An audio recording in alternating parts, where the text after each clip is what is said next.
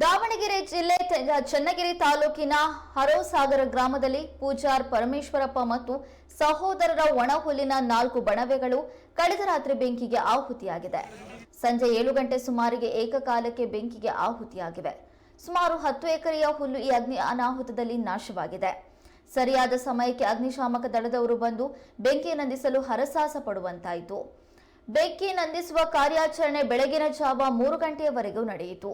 ಬರಗಾಲದ ಸಮಯವಾಗಿರೋದ್ರಿಂದ ದನ ಕರುಗಳಿಗೆ ಮೇವನ್ನು ಸಂಗ್ರಹಿಸಿ ಇಡಲಾಗಿತ್ತು.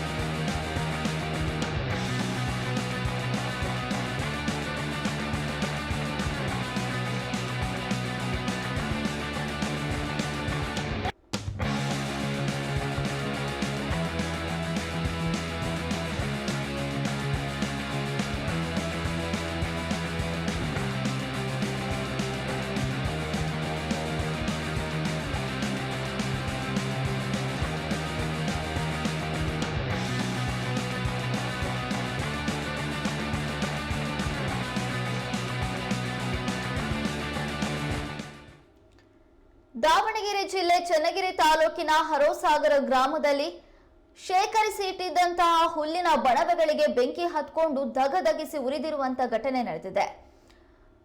ಪೂಜಾರ್ ಪರಮೇಶ್ವರಪ್ಪ ಮತ್ತು ಸಹೋದರರು ಒಣ ಹುಲ್ಲಿನ 4 ಬಣವೆಗಳನ್ನ ಮಾಡಿಟ್ಟಿದ್ರು. ಕಳೆದ ರಾತ್ರಿ ಬೆಂಕಿಗೆ ಇದು ಆಹುತಿಯಾಗಿದೆ. ಸಂಜೆ 7 ಗಂಟೆ ಸುಮಾರಿಗೆ ಏಕಕಾಲಕ್ಕೆ ಬೆಂಕಿಗೆ ಆಹುತಿಯಾಗಿದ್ದು ಸುಮಾರು 10 ಎಕರೆಯ ಹುಲ್ಲು ನಾಶವಾಗಿದೆ.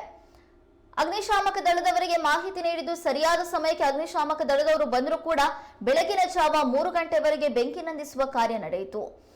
ಅದು ಕೂಡ ಈ ವರ್ಷ ಬರಗಾಲ ಇದೆ, ದನ ಕರುಗಳಿಗೆ ಮೇವು ಸಿಗೋದಿಲ್ಲ. ಆ ಹಿನ್ನೆಲೆಯಲ್ಲಿ ಹುಲ್ಲನ್ನ ಎಲ್ಲ ಸಂಗ್ರಹಿಸಿ ಇಟ್ಟಿದ್ರು. ಆದ್ರೆ ಇದೀಗ ಹುಲ್ಲು ಬೆಂಕಿಗೆ ಆಹುತಿಯಾಗಿದೆ.